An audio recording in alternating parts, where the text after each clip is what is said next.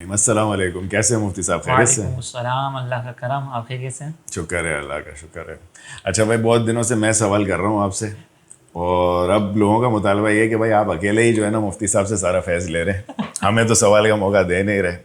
تو آج کچھ ایسے سوالات ہیں مفتی صاحب جو ہمارے کو کمنٹس میں آئے تھے، لوگوں نے ہماری ویڈیوز دیکھی تھی اور اس کے نیچے کمنٹس میں بھی لکھے تھے اور پرسنلی بھی سوال کیے تھے، اور وہ کچھ سوال ایسے تھے۔ اب ظاہر سی بات ہے، لوگوں کو بھی تو موقع ملنا چاہیے نا سر آپ سے بالکل بات ایسے ہی ہے، کرنے کا، تو ہم وہ سوالات شامل کر رہے ہیں اپنے شو میں۔ بالکل ٹھیک، تو تیار ہیں نا آپ باؤنسروں کے لیے؟ دیکھتے ہیں کیا بسم اللہ الرحمن الرحیم۔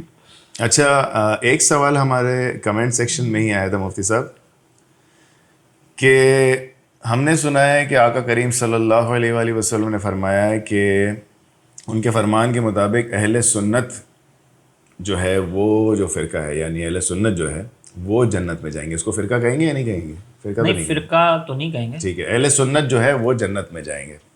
اور آپ ہی سے میری بات ہو رہی تھی ایک پروگرام میں، تو آپ نے کہا کہ اگر اہل سنت سے کوئی ہٹ جائے تو وہ گمراہ کہلائے گا، لیکن اس کی بخشش پھر بھی بہرحال ہو سکتی ہے۔ تو اس کا کیا مطلب ہے؟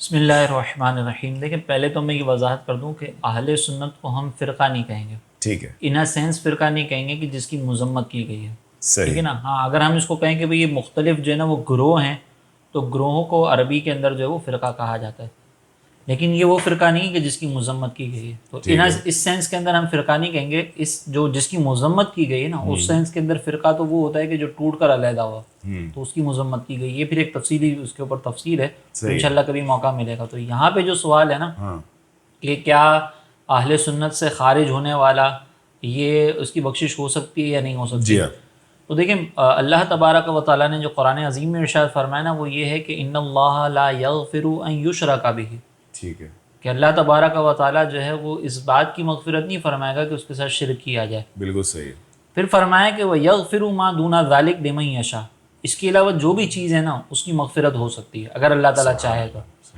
اب یہ جو گمراہی ہے یہ کفر کے اندر نہیں داخل ہوتی، ٹھیک ہے، یہ شرک گمراہی کے اندر، کفر میں نہیں گمراہی آتی، کفر نہیں ہے۔ ٹھیک ہے، جب گمراہی کفر نہیں ہے تو یہ بھی ہر اس چیز کے اندر شامل ہے کہ جس کی بخشش ہو سکتی ہے۔ اسی لیے آپ دیکھیں کہ ہمارے علماء نے بالخصوص سیدی اعلیٰ حضرت امام اہل سنت نے فتاوی رضویہ میں ایک گمراہ شخص کا جو ذبیحہ ہے اس کو حلال فرمایا ہے۔ اچھا، ذبیحہ یعنی جو حلال جانور ہے، گمراہ شخص اگر جانور کو حلال کرتا ہے، یعنی اگر ایک شخص جو ہے وہ عذاب قبر کا منکر ہو اور اس کے اندر دوسری کوئی ایسی خرابی نہ ہو کہ جو ضروریات دین تک جاتی ہو، جو ضروریات دین کا انکار بنتی ہو، تو اس کے ذبیحہ کو حلال قرار دیا۔ اگرچہ مناسب نہیں ہے، اس سے اجتناب کرنا چاہیے کہ جو ایک عقیدے کے اندر بے احتیاطی کر رہا ہے وہ ہو سکتا ہے اس سے بڑے میں بھی بے احتیاطی کر رہا ہو، لیکن وہ حلال ہے، لیکن وہ حلال ہے۔ اگر ہمیں مثال کے طور پر کسی کے بارے میں پتہ چلا کہ یہ جانور ذبح کرنے والا جو ہے یہ عذاب قبر کا منکر تھا، اور بعد میں ہمیں پتہ چلا جانور پہلے ذبح ہو گیا، تو ہم اس جانور کو کھا سکتے ہیں۔ یہ ترغیب نہیں ہے، بڑا مسئلہ حل کر دیا آپ نے۔ ہاں، یہ ترغیب نہیں ہے ٹھیک ہے، سمجھ کہ گیا ہمیں جو باقاعدہ ایسے شخص کو ڈھونڈنا چاہیے، ترغیب بالکل نہیں ہے۔ بالکل، یعنی آپ بتا رہے ہیں کہ اس کا نتیجہ یعنی جو بیسک ہاں، بات کا ہے، ترغیب بالکل تو ٹھیک یہ ہے، ہے، ترغیب تو یہ ہے کہ اگر ہمیں پتہ چل صحیح جائے نا العقیدہ کہ صحیح ہو، کسی کے عقیدے میں گمراہی ہے تو اس سے ہمیں اجتناب ہی کرنا ہے، یہ ترغیب ہے۔ بالکل سمجھ صحیح گیا، مسئلہ یہ ہے کہ اگر بالفرض ہمیں پتہ نہیں تھا اور جانور ذبح کر دیا، اس کے بعد ہمیں پتہ چلا کہ بھئی اس کے عقیدے میں گمراہی کی حد تک خرابی تھی، کفر نہیں تھا، تو ہم اس ذبیحہ کو کھا سکتے ہیں، وہ حلال ہوگا۔ ٹھیک ہے، تو اب یہ حلال کیوں ہو رہا ہے؟ کیونکہ وہ کفر کی حد تک نہیں جا رہا۔ صحیح، جب کفر کی حد تک نہیں جا رہا تو وہ کفر کے علاوہ چیز ہوگی، جس کے بارے میں اللہ تعالیٰ نے فرمایا کہ شرک کے علاوہ جسے چاہے اللہ تعالیٰ معاف فرما دے۔ صحیح، اس بنیاد پر کہا تھا کہ اللہ تعالیٰ چاہے تو گمراہ کو معاف بھی فرما سکتا ہے، اور چاہے تو گمراہ جہنم میں بھی جائے گا، لیکن گمراہ ہمیشہ ہمیشہ جہنم میں نہیں رہے گا جیسا کہ ایک کافر رہتا ہے۔ صحیح، ہمیشہ جو خلود فی النار ہے نا، ہمیشگی جہنم کے اندر، وہ صرف گمراہ کے لیے، کافر کے لیے، وہ کافر کے کافر لیے، کے گمراہ کے لیے۔ صحیح صحیح، سبحان اللہ۔ اچھا، یہ ساتھ ساتھ اس میں ایک اور سوال مجھے آپ کی بات سے آ گیا کہ